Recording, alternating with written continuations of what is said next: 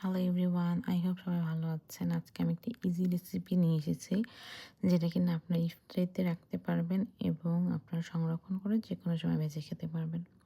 এখানে আমি গরুর কিমা নিয়েছি 2.5 থেকে 3 কেজির মতো হবে। এখানে পুদিনা পাতা কুচি, ধনে পাতা কুচি, পেঁয়াজের বেরেস্তা, পেঁয়াজ কুচি, কাঁচামরিচের কুচি নিয়েছি।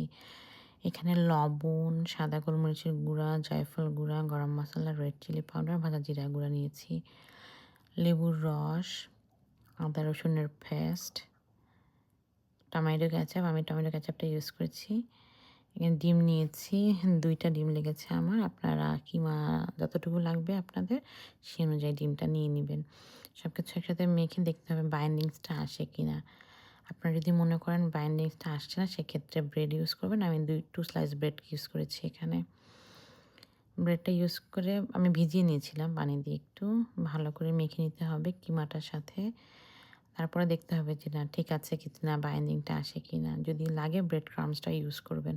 আমার ব্রেড ক্রাম্বসটা লেগেছে। ভালো করে একসাথে মিক্সড করে আপনারা কাটলেট শেপ দিতে পারেন বা যেকোনো শেপে দিতে পারেন। আমি কাটলেট শেপে দিয়েছি। দেন এটাকে আমি এটা কোটিং করে নিয়েছি, ব্রেড ক্রাম্বস দিয়ে কোটিং করে নিয়েছি।